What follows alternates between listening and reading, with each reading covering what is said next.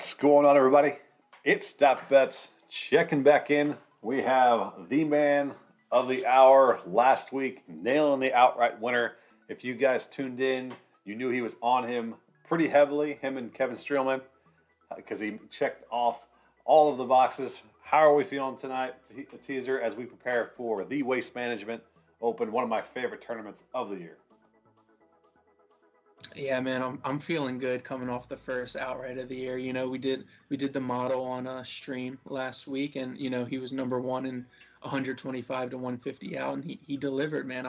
He had a double. I was in the car coming back from Pittsburgh Sunday, and I was like freaking out, and he doubled the fifth hole, and I was just like, oh, here we go again. We're gonna get one of the guys in contention who just fold on Sundays, and he grinded it out, man. Back 90, he made a couple good putts, and I was excited for him. Got his first win, so it's always good to hit that 6,000 outright. So. Absolutely, and Spieth was playing very well. If you guys watched the last stream, last stream, he was my ultimate fade, and obviously that shot right back in my face.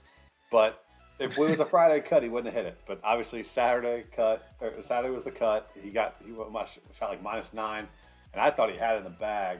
But man, Hoagie, or is it Hoagie? Is that his last name? How do you say it? Okay. Yeah, Hoagie. Yeah, Hoagie absolutely came back, dominated, got the outright plus 6,000 winner for at Teaser Nation. So that's the first outright we got, and it won't be the last. So make sure you guys tune in every single Wednesday as we break down tournaments. We go through our outright winners. We go through top 20s, top 40s. If Teaser wants to give out any of his matchups, feel free to do so, and then we go right into the DFS world, where we will give you value DFS plays, our top DFS plays, and then we'll make a lineup at the end for shits and gigs, and hopefully we get some cash in that. So, before we do get going, make sure if you guys want in the Discord, the home Twitch page, you guys can just click the link there, and you guys are good. And then make sure you guys tune in. I'm gonna have a YouTube video for the Super Bowl Showdown out to Friday night, so into Saturday, and then Sunday stream. I'm going to give away all my props that I'm on for the Super Bowl. So they'll be pretty close to like 10 to 15 that I'm eyeing. So, or I've not already taken as well. So I am on super pumped for the Super Bowl. But before we get that, let's get into the Waste Management. As we dive in, who are you liking this week, Teaser? At least we got the model right here on the screen. Yeah.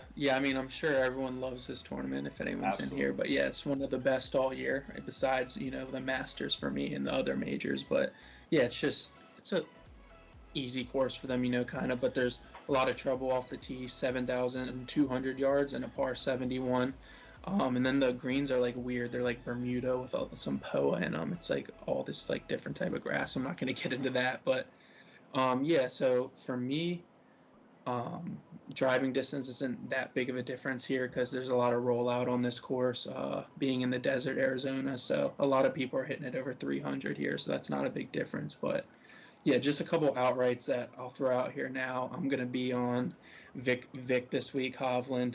He just won over in the European Tour, and he's like third in the world now. So I think that's going to give him a lot of confidence to finally win in the U.S. So I'm starting with him on the card, and then so as we look there, but then I'm going to go to Sam Burns at plus. I got him at plus 3,000. I don't know, maybe he dropped now on DraftKings, but hopefully he's still the same there.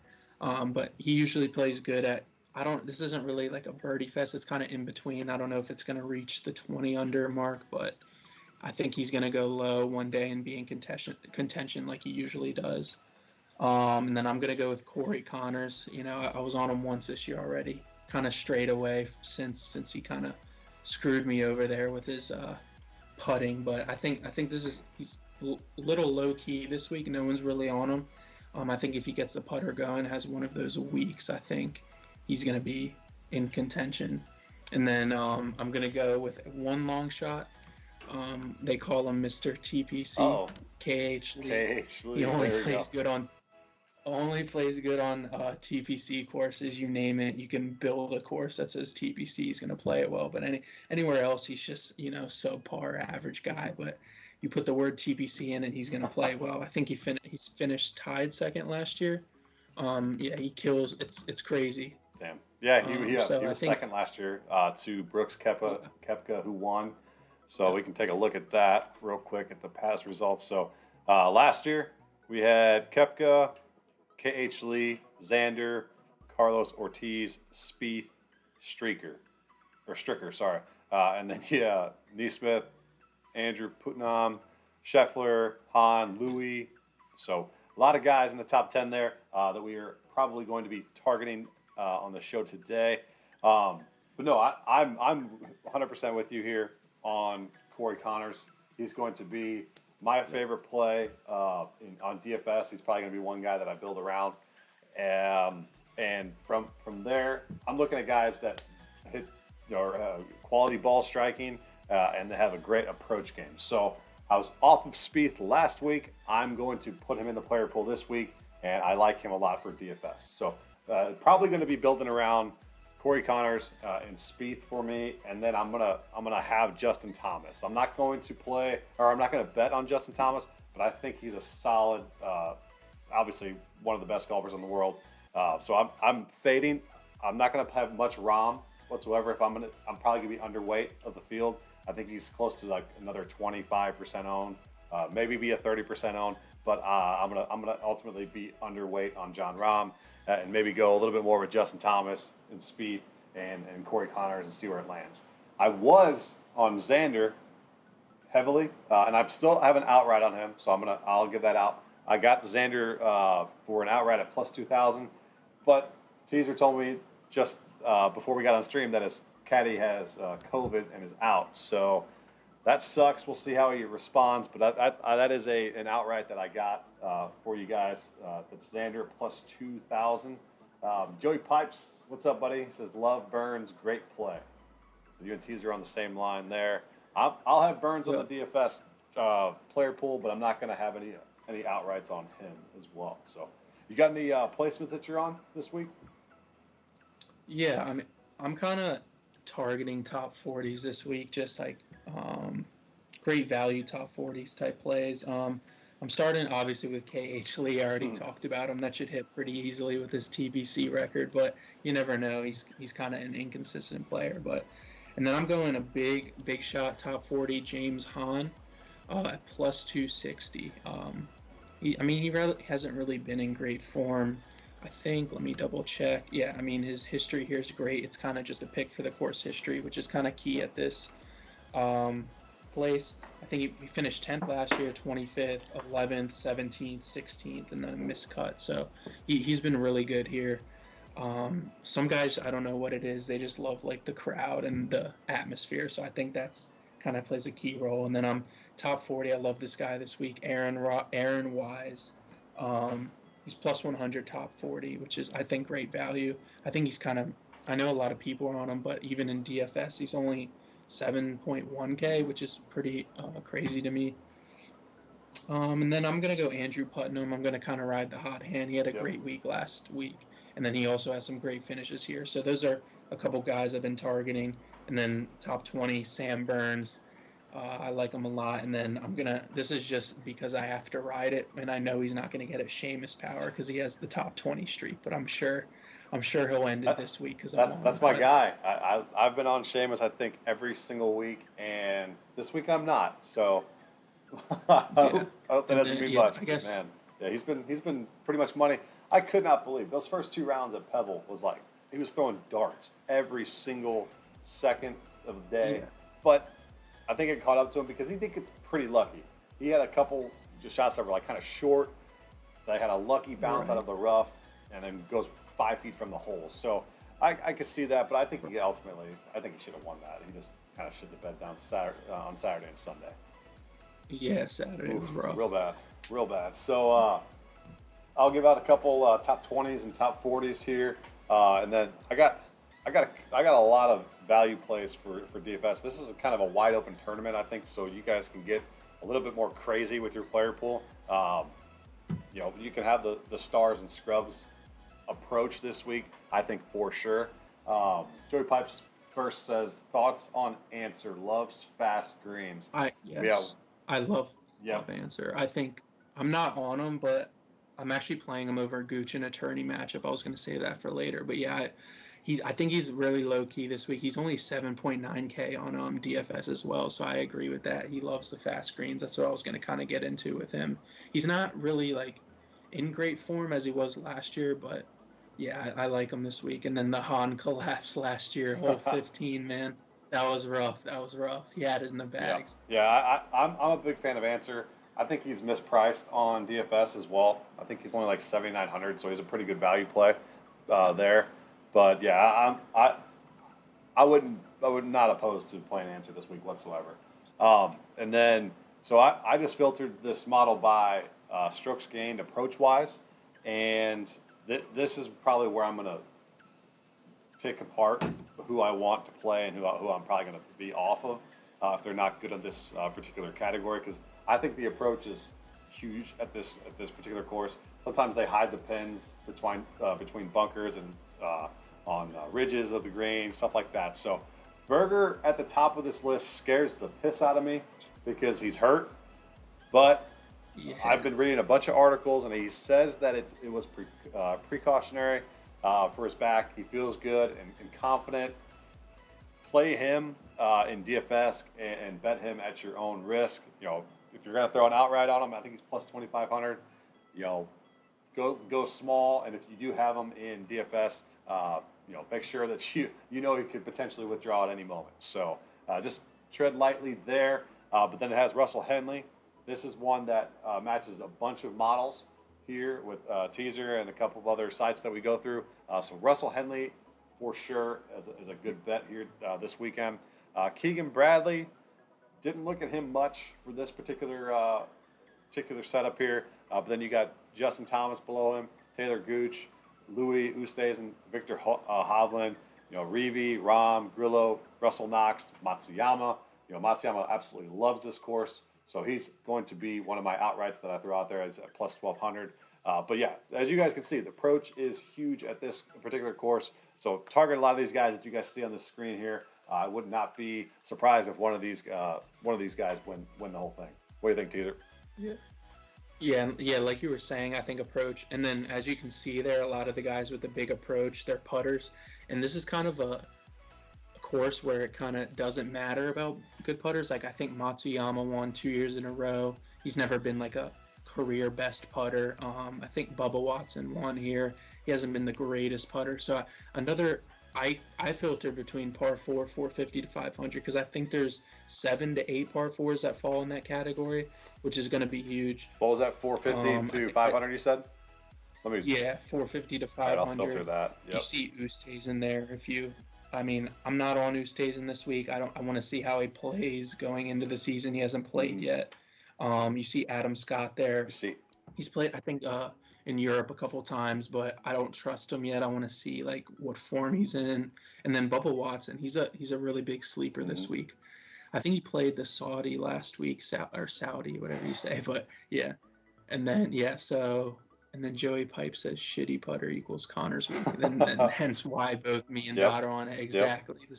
This guy comes in. Yep, definitely. That's literally it right there. So yeah, if he's well within range, if he's driving the ball well, and he's getting greens regulation, I think he can go ahead and get an outright here. Corey Connors for sure. One guy's an outlier. I mean, just kind of a wild card to me right now is Luke List because you don't know what the hell you're going to get. He obviously won 2 weekends ago and was off last week, I believe, and now he's coming back here. I'm probably going to not have too much of him. I'm just going to fade him, just thinking a little bit got lucky with the putter, and I don't know if he can withstand that this weekend. So, and it's kind of hard to gauge who feeds off the crowd particularly well. One guy that I know is a crowd favorite and obviously gets after it with the crowd is Tony Finau. So he's a guy that I think you guys can you throw in there for a different narrative reason. Maybe he doesn't check all the boxes here in the model, but I think just the atmosphere alone is worth to put him in your player pool. I'm going to have an outright on him at plus 4,000. So it's just more of like, hey, he's a great golfer. If he makes some putts, I think he can get up there. But I think he's going to be he can be fed off that crowd for sure. Because like you guys see behind me, it's going to be a stadium seating. What is it? Three holes in a row, where it's all like that, and then just yeah, just 16. just 16. But yeah, Sorry. they're kind of yeah. No, Yeah. you're good. Yeah, and then as piggybacking off that, another guy's Ricky Fowler, who's also won this tournament. He loves the crowd as well. I mean, obviously the big thing with him, he hasn't been in great form just the past couple years, but ever since 2019, he went first, 11th, fourth, and second. He loves this track, so that's another guy to maybe like do a placement on, like a top 40 or something if you have those. I think he's gonna make the cut, so I like that. you have a good chance of I hitting like that. Yeah, and if you guys have any other questions regarding placements, outrights, DFS, throw them in the chat. We'd love to hear from you guys, who you guys are thinking. I think this is one of the more fun tournaments to watch. It wraps up right before the Super Bowl starts, so it leads right up to it. Everybody's kind of watching that and then flips it over to the Super Bowl. So it'll be fun to watch for sure. So let's flip it to the DFS side. We'll be here for probably another 10 minutes or so, depending on how many questions you guys got. We're not going to build a lineup on stream. What we'll do is we'll put, me and Teaser will talk throughout the night and build one, and then we'll put it in the Discord. So make sure you guys join the Discord and get your button there. We talk sports all day long. We got close to about 500 people in there now. It's lively. It's popping. I wake up and it's buzzing. Before I go to sleep, it's buzzing. So it's a good time. So join the Discord, either in my link tree on Twitter and the homepage on Twitch for sure. So here we'll go to the Fantasy Labs model here. I'm going to sort by projected ownership. So the top rated guy is Scotty Scheffler. I'm sure if you've opened any DFS article about this tournament, his name is showing up. Him and Matsuyama, and then probably some Xander in there, I'd assume. And then obviously John Rahm. But so you got Scheffler, Thomas, Rahm, Matsuyama, Burns, and Henley.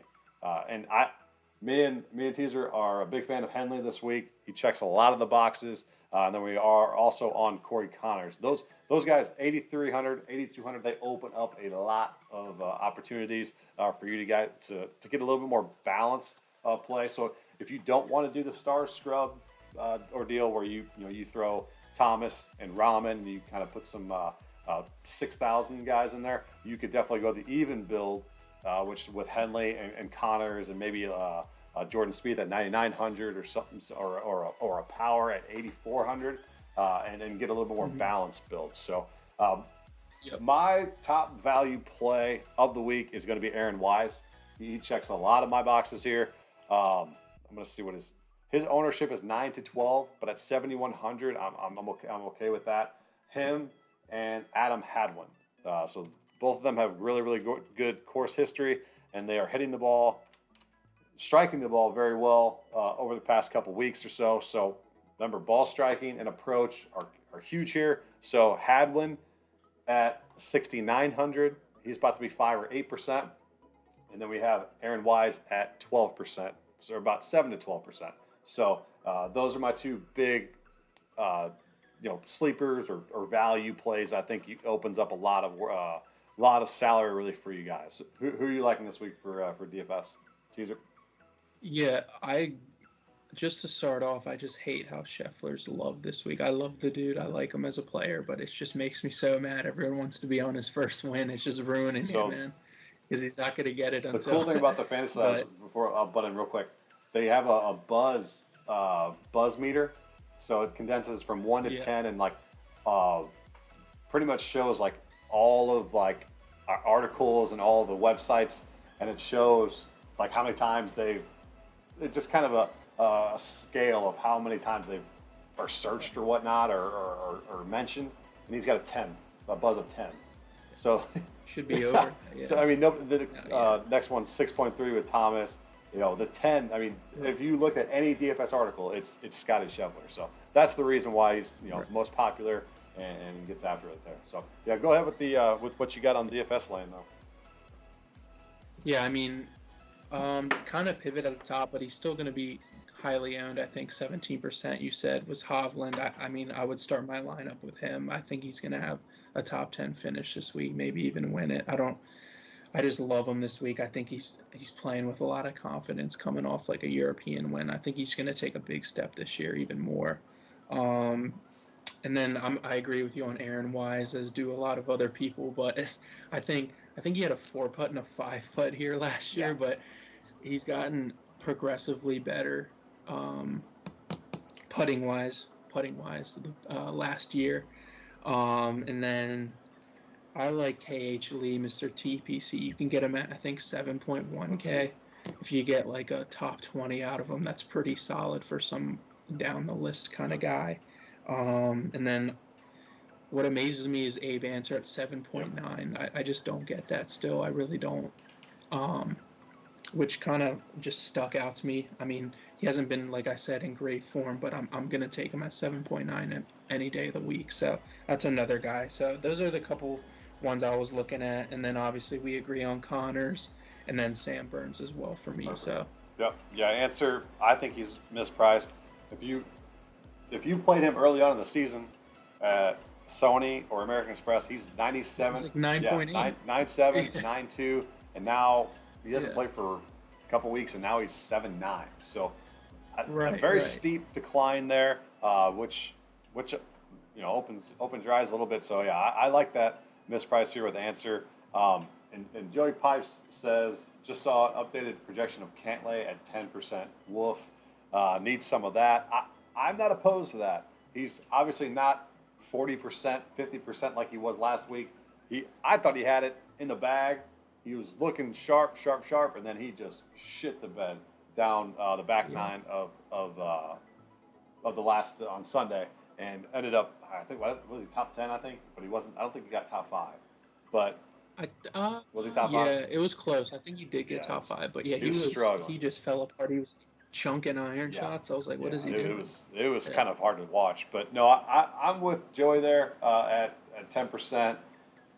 I'm okay with throwing him in your player pool for sure there. And then couple other value guys that I like as well. So Wise and Hadwin are the top ones. Duffner is always plays well here, but probably the cheapest one that I could find with a great track record is Brendan Steele at 6,500. He's 2 to 4% owned, and he's gotten 4 top 10s here and 8 top 30s in his That's insane, actually. 10-year span here. So he's got very, very good course record. Let me see what he's been like lately, but just the fact that so he's missed 2 cuts. That's probably why he's at 6,500. But I'm taking the course history into play here, and the low ownership, high risk approach with DFS, just a value play that I think could get you some potential return there. So yeah, I'm going to go with Brendan Steele at 6,500. Again, he could open up a lot of things for you guys at 6,500. So go there. And then the top plays that I'm with Joey here as well. Xander mispriced for a top 5 guy in the world. 9,700. Again, he's without his caddy, so that is another thing we gotta worry about. But 30% own, or sorry, at the tournament champions, he was 27% owned, and then at the Farmers Insurance, he was 16%, and he finished 12th and then 34th. So you know what you're gonna get out of Xander. He's very unlikely to miss a cut, and he can probably more than likely get you a top 20 finish. But obviously a 9,700 guy, you want to be able to get a top 10 finish out. And Xander's a guy I feel like can feed off the crowd a little bit. I think the crowd can get behind him. And if obviously misses a bad shot or whatnot, he's not going to get rattled by a little bit of booing. So I'm good with Xander here. He's definitely in play for my DFS. The 2 guys that I'm probably going to build around the most are Corey Connors, Justin Thomas, and Jordan Spieth. I know it's kind of boring to do that. I mean, Connors at 8,300 is a no-brainer to build around.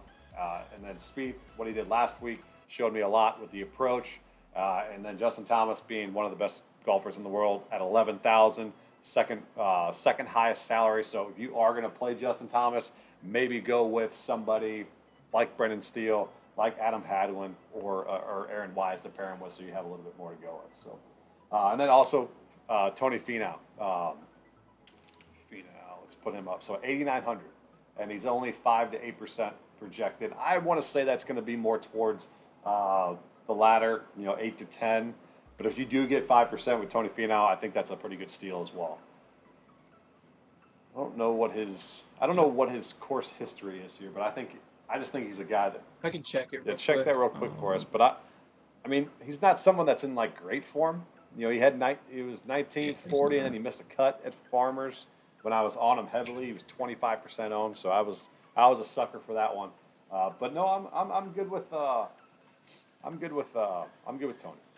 gonna roll with him. Yeah, so it's kind of a 2020 came in second, 19, 18, 17, 16 miscut, 2015 22nd.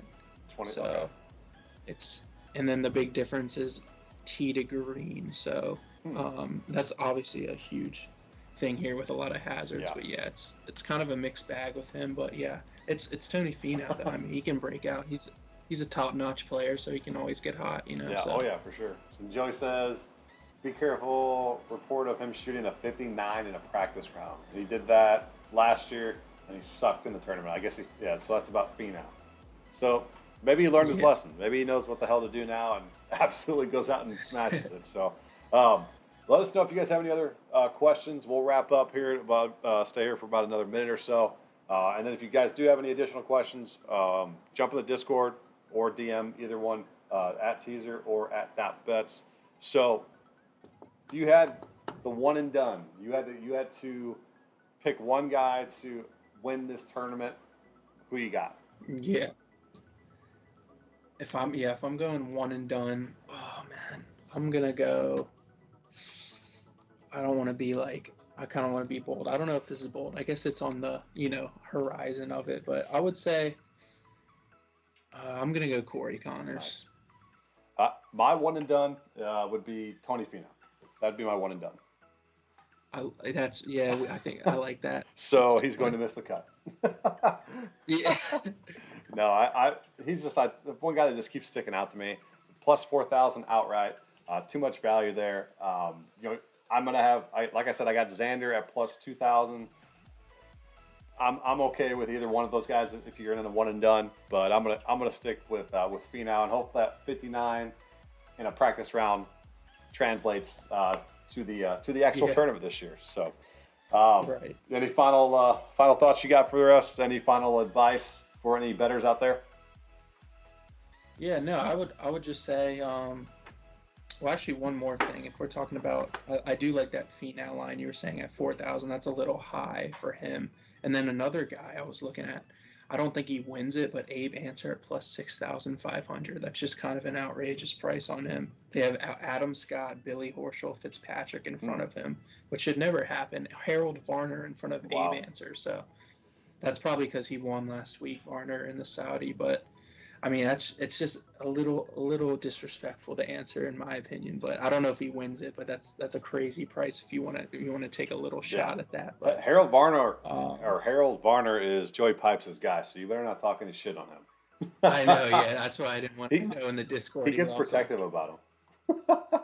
He does. Hey, I will respect Varner, but no, yeah. Since Joey Pipes in here, I'll run a couple. I know he likes his round matchups like I do. There you go. Let's end on that. I'm going round matchups if he wants to hear him. Oosthuizen over Hal tomorrow and Wise over Fitzpatrick.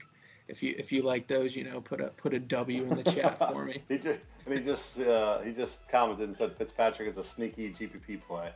So he played well last week. I like it. I'm okay with Fitzpatrick. He did play well.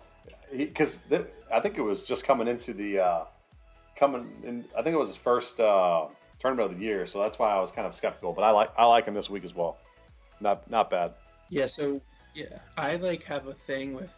So me and this guy, if you guys know Rory Picks on Twitter, we have this thing with Matsuyama where obviously he's a great player, but we just fade the hell out of him. And Fitzpatrick is just becoming that guy for me. I just never take the dude. So it's nothing against him. It's just I don't know. It's just weird. It's like one of those. I'm sure you have one of those players, but it usually is Spieth. But every time I fade Spieth, he just absolutely goes the hell off. So I'm just gonna keep playing him for the rest of the time. Get him. I don't know. Yeah, that's kind of all I got for this one. Hopefully everyone enjoyed the stream. Yeah. So we'll get out of here. If you guys do have any questions, hit us up on Twitter or on the Discord as well. So we appreciate you guys tuning in. Any last second questions, hit us up. But we will. I think this starts at 8:15 Central Time, so 9:15 Eastern Time. So early start. So make sure you guys get your lineups in the morning. So we appreciate you guys tuning in. See you guys. See ya.